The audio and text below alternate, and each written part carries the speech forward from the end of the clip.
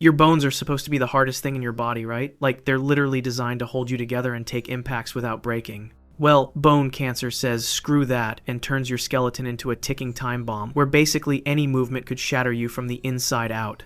We're talking about osteosarcoma and bone metastasis, where tumors literally grow inside your bones and make every single step feel like walking on broken glass mixed with lava.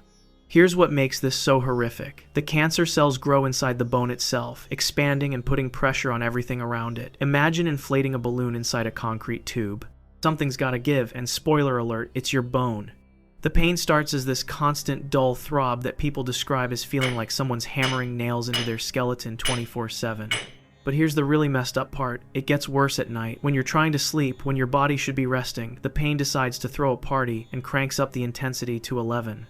The worst cases happen when bone cancer hits weight-bearing bones like your femur or spine. That's basically like having a support beam in a building replaced with cardboard.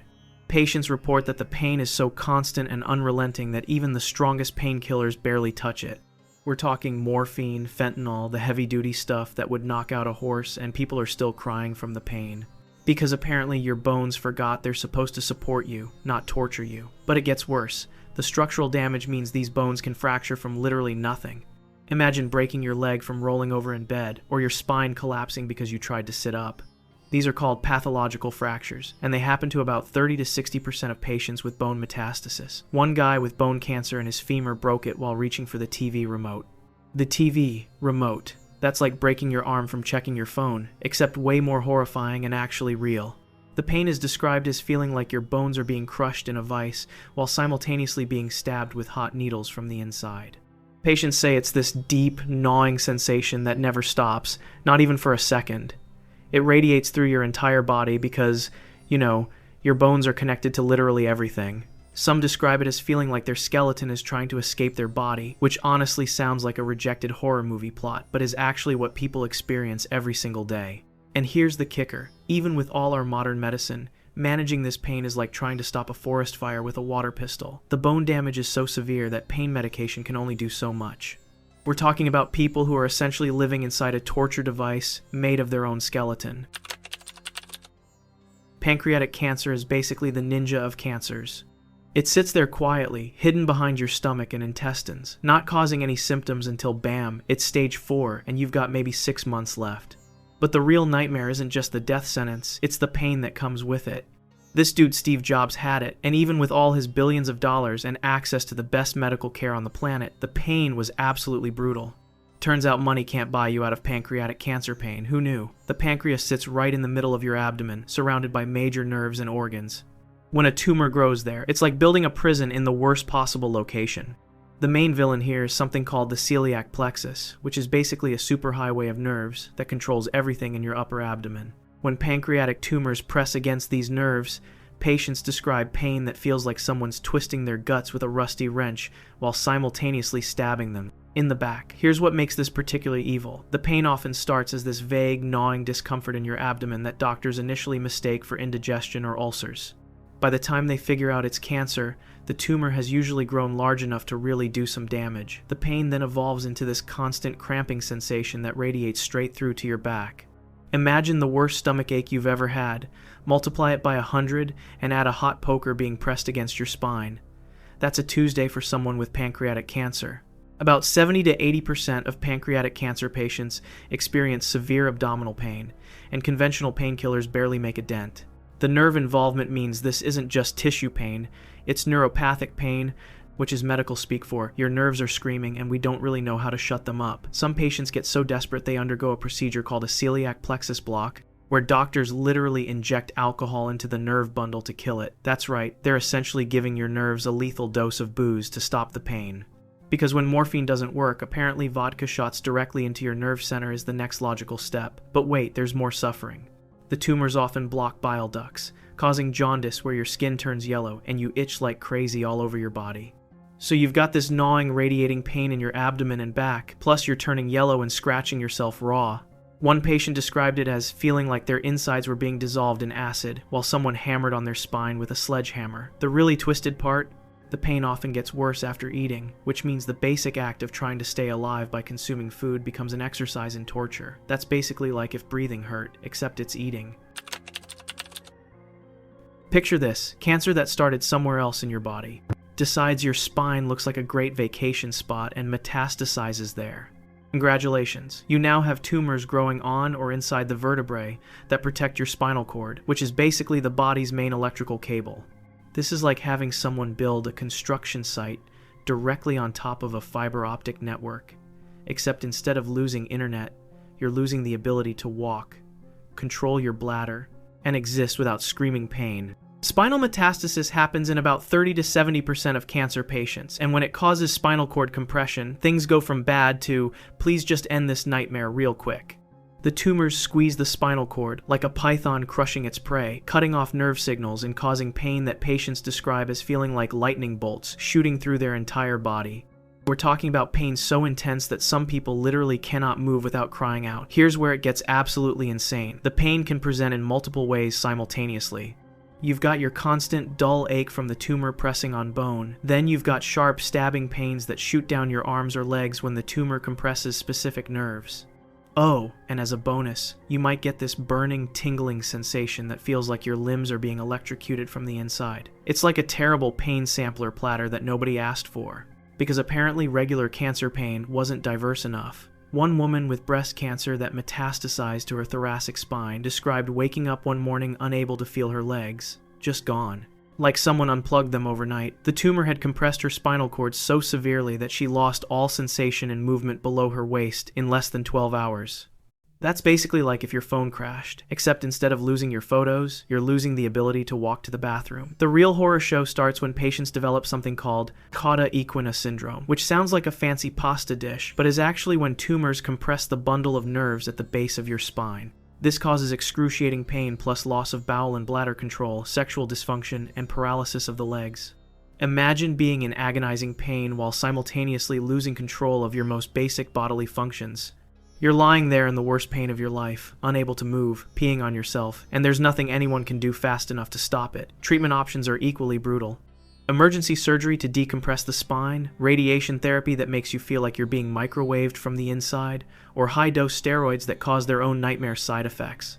About 5 to 10% of cancer patients develop spinal cord compression, and it's considered an oncological emergency because if you don't treat it within hours, the paralysis becomes permanent. So you're racing against a clock while experiencing pain that makes you wish you could just disconnect from your body entirely. Remember those "if you or a loved one has been diagnosed with mesothelioma" commercials that became a meme? Yeah, there's nothing funny about the actual disease. Mesothelioma is cancer of the lining around your lungs, abdomen, or heart, and it's almost always caused by asbestos exposure from like 30 to 50 years ago. So dudes who worked in construction or shipyards in the 1970s are now dying in absolutely horrific pain because someone thought, hey, this fireproof fiber seems great, let's put it in everything. Spoiler alert, it was not great. The cancer grows in the mesothelium, which is a thin membrane that lines your organs and allows them to slide smoothly against each other when you breathe or move. When tumors grow there, it's like dumping sand between two pieces of silk. Everything that should glide smoothly now grinds together painfully. Patients describe the initial pain as a dull ache in their chest or abdomen that they mistake for pulled muscles or indigestion. But here's the really messed up part. As the tumors grow, they start rubbing directly against the chest wall with every breath you take. Imagine having sandpaper inside your chest cavity, scraping against your ribs with every single breath. Now imagine that sandpaper is actually made of tumors and gets rougher every day. Mesothelioma patients report pain that starts as mild discomfort but escalates to feeling like someone's stabbing them in the side with a knife every time they inhale. The pain is constant and unrelenting because, you kind of have to keep breathing to stay alive. But wait, there's more horror.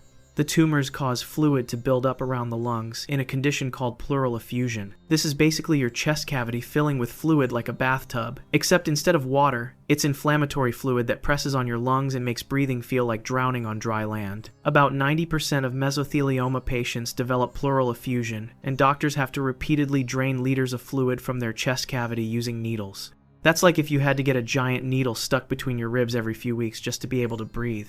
Because apparently having cancer wasn't enough suffering for one lifetime. One construction worker with pleural mesothelioma described his pain as feeling like his chest was being crushed in a trash compactor while simultaneously being set on fire. The combination of tumor pain, fluid buildup, and nerve damage creates this perfect storm of suffering that doesn't respond well to regular pain medication. Some patients undergo pleurodesis, where doctors intentionally scar the lung lining to prevent fluid buildup. They're essentially gluing your lung to your chest wall, which sounds like medieval torture but is actually modern medicine trying its best. The neuropathic component means even the strongest opioids barely touch the pain, leaving patients in this nightmarish cycle of suffering that only ends one way. Head and neck cancers are what happens when cancer decides to grow in literally the most nerve-dense, functionally important, and socially visible part of your body. We're talking about tumors in your mouth, throat, tongue, nose, or sinuses, which is basically like having a horror movie happening on your face. Unlike cancers that hide inside your body where people can't see them, these cancers are right there, destroying the parts of you that make you recognizable as human, while causing pain so severe that eating, talking, and breathing become acts of torture. The human head and neck are packed with more nerve endings than almost anywhere else in the body. When tumors grow there, they press on cranial nerves that control everything from swallowing to facial movement. Patients describe pain that feels like someone's drilling into their jaw while simultaneously pouring acid on their throat. And because this area is so small and densely packed, the tumors don't need to be very large before they start causing absolute havoc.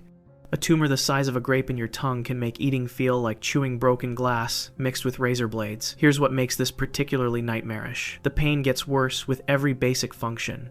Talking, painful. Swallowing, agonizing. Even just producing saliva can hurt. One patient with tongue cancer said that his own spit felt like battery acid running over the tumor. Imagine not being able to perform the most basic human functions without experiencing pain that makes you want to scream. Except screaming also hurts, so you're basically trapped in a pain prison made of your own face. About 40% of head and neck cancer patients develop severe chronic pain, and it often persists even after treatment.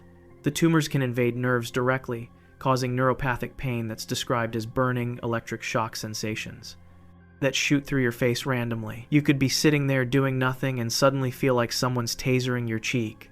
That's basically like if your face decided to become a torture device, which sounds absurd but is literally what happens. Treatment is equally brutal. Radiation to the head and neck causes severe mucositis, where the lining of your mouth and throat basically dissolves into raw, bleeding sores. Imagine the worst canker sore you've ever had, multiply it by 100, and spread it across your entire mouth and throat. Patients can't eat solid food for months, and some require feeding tubes because the pain of swallowing is too severe. But the real psychological horror is that these cancers are visible. They can disfigure your face, affect your speech, and change how you look to the point where you don't recognize yourself in the mirror.